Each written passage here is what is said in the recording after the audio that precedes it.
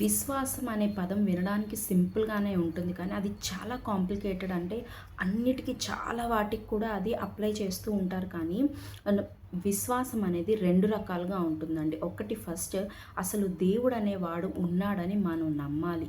మనం యేసుక్రీస్తుని నమ్ముతున్నప్పుడు, దేవుడిని మనం నమ్ముతున్నప్పుడు ఆయనే దేవుడు, ఆయన తప్ప వేరొక దేవుడు లేడని, ఈ భూమి ఆకాశం సృజించిన దేవుడు ఆయన ఉన్నాడు అని మనం ఒకటి నమ్మాలి.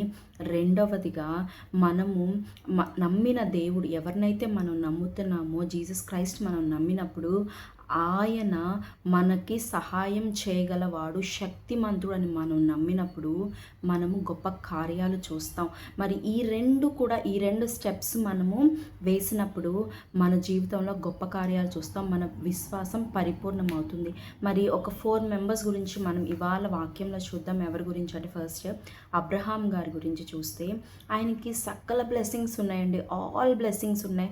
ఆయనకి వెల్త్‌లో, హెల్త్‌లో అన్ని విషయాల్లో హీఈస్ అంటే పర్ఫెక్ట్ అండి. అన్నిట్లో కంటెంట్‌ఫుల్‌గా ఉంది. కానీ ఒక్క విషయంలో ల్యాకింగ్ ఉంది. ఏంటంటే బిడ్డలు లేరు, సంతానం లేరు, వారసుడు లేడు. లేకపోతే ఎవ్వరు కూడా అతనికి నా అని చెప్పుకునే వాళ్ళు, తన కడుపున పుట్టిన వాళ్ళు ఎవ్వరూ లేరు.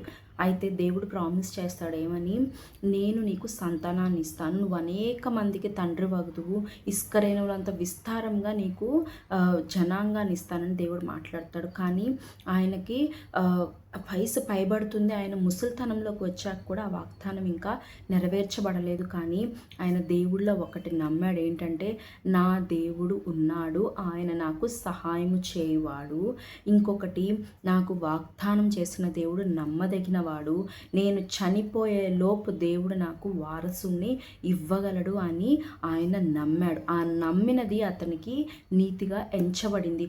ఏదేమైనా సరే లాస్ట్కి బిడ్డ పుట్టాడు. ఇస్సాకు పుట్టినప్పుడు దేవుడు బలిగా అర్పించమన్నాడు. బలిగా అర్పించమన్నప్పుడు కూడా అబ్రహాం వెనకడుగు వేయలేదు. మృతులలో నుంచి అయినా నా బిడ్డను లేపగలడని విశ్వాసం ఉంచాడు. ఒకటి అబ్రహాము దేవుడు ఉన్నాడని నమ్మాడు, దేవుని స్నేహించాడు. ఇంకొకటి దేవుని మాటను నమ్మి వేచి ఉన్నాడు. వేచి ఉన్నాక కార్యం జరిగాక కూడా మరలా దేవుడు జీవింపజేస్తాడని నమ్మాడు. పలు రకాల నమ్మకాలు దేవుని పైన ఉన్నాయి. ఆయన మనుషులపైనో లేకపోతే తనకున్న ఆస్తులపైనో తన దగ్గర ఉన్న వ్యక్తులపైన పెట్టుకోలేదు. కానీ అన్ని రకాల నమ్మకాలు కేవలం యేసు మీదే పెట్టుకున్నాడు, దేవుని మీదే పెట్టుకున్నాడు.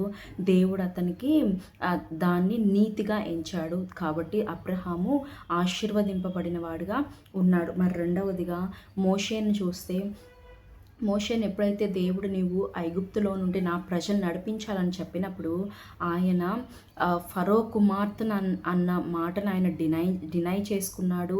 అండ్ ఐగుప్తులో ఉన్న ధనాన్ని వదులుకొని ఆయన దేవుని ప్రజల కోసం, దేవుని కోసం నిందలు, అవమానాలు, ఒక కరువులో బ్రతకడానికి కూడా ఆయన ఇష్టపడ్డాడు. ఆయన ఫస్ట్ ఒక రీజన్ చెప్తాడు, నేను వెళ్ళలేని ప్రభు అనేదానికి ఒక రీజన్ చెప్తాడు. ఏంటంటే నేను నత్తివాడను, నేను మాట్లాడలేనని చెప్తాను. కానీ నేను ఇది చెయ్యను, నాకు ఇంత ధనం ఉంది, నాకు ఇంత కంఫర్ట్ ఉంది, నేను వదులుకొని వెళ్ళలేను, నేను సాక్రిఫైస్ చేయలేను అని ఆయన చెప్పలేదు. కానీ ఆయనకున్న బాధను చెప్పుకున్నాడు. So that it will be corrected. మరి అవన్నీ వదులుకొని దేవుని కోసం ఆయన వెళ్ళాడు. నా దేవుడు, నన్ను పంపించిన దేవుడు తిరిగి తీసుకువస్తాడని ఆయన నమ్మి వెళ్ళాడు. అట్లనే ఎర్ర సముద్రం గుండా ఆయన తన ప్రజలను తీసుకువచ్చి ఇప్పటికీ హిస్టరీలో గొప్ప అద్భుతాన్ని దేవుని బిడ్డగా కనపరిచాడు. మరి మూడవదిగా ఎరుకో గోడలు కూలిపోయాయి. ఎప్పుడు కూలిపోయాయి? వారు ఎప్పుడైతే ప్రార్థిస్తూ, వందనం చేస్తూ, స్తుతిస్తూ ఎరుకో గోడల చుట్టూ తిరిగారో అప్పుడు ఆ గోడలు కూలిపోయాయి. అదంతా విశ్వాసం, మా దేవుడు చేస్తాడు, ఆయన స్తుతిస్తే మాకు కార్యాలు జరుగుతాయి అని నమ్మారు. కాబట్టి ఎరుకో గోడలు కూలిపోయాయి. మరి ఇంకొకటి రాహాబ్ అండి. రాహాబ్ ఏం చేసింది? ఈ దేవుడు నిజమైన దేవుడు, ఆయన నమ్ముకుంటే విడుదల ఉంటుంది, ఆయన నమ్ముకుంటే కార్యాలు జరుగుతాయి అని నమ్మింది. కాబట్టి ఆ వేగుల వారిని ఆవిడ దాచిపెట్టింది. సో దట్ ఆమె సమాధానాన్ని కోరుకుని తన ఇంటి వారిని అందరినీ రక్షించగలిగింది. ఇక్కడ నలుగురు మనుషుల్ని చూస్తాం, 4 సంఘటనలను చూస్తాం. మరి వీటన్నిటిలో వారు పలు రకాలుగా దేవుని పైన విశ్వాసం ఉంచారు, పలు రకాలుగా దేవుని నమ్మారు, పలు కార్యాలు నమ్మారు.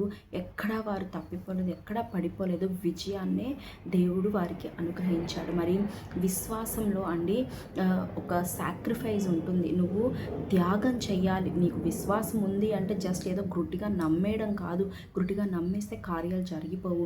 ఆ విశ్వాసంలో నీది ఒక సాక్రిఫైస్ ఉండాలి. నెక్స్ట్గా రిస్క్ చేయాలి. ఆయన కొరకు నువ్వు అడుగు తీయాలి. మూడవదిగా రెస్పాన్సిబిలిటీ అండ్ కేర్. మోషే తన ప్రజల కొరకు ఎంతగానో ప్రార్థించాడు, వారి కొరకు వేడుకున్నాడు దేవుని దగ్గర. మరి అలాంటి రెస్పాన్సిబిలిటీ అండ్ కేర్ ఉండాలి. మరి అట్లనే 4వదిగా ప్లీజింగ్గా ఉండాలి గాడ్కి. మరి హేబేల్ ఏం చేశాడు? ఆయన అర్పణ దేవునికి ఇష్టమైనదిగా అర్పించాడంట. మరి విశ్వాసం అంటే విశ్వాసం ఎన్నో రకాలు ఉంటాయండి. మనం సాక్రిఫైస్ చేయాలి, రెస్పాన్సిబుల్గా ఉండాలి, కేరింగ్గా ఉండాలి, ఇంకా ప్లీజింగ్ టు గాడ్ ఉండాలి. చాలా రకాలుగా మనము అడుగు తీసినప్పుడు దేవుడు తప్పక మన జీవితంలో కార్యాలు జరిగిస్తాడు. ఆయన చేసే దేవుడు. మనం నమ్మితే చాలు, దేవుడు మనకు సహాయం చేసి మనల్ని ఆశీర్వదించి దీవిస్తాడు. ఆమేన్.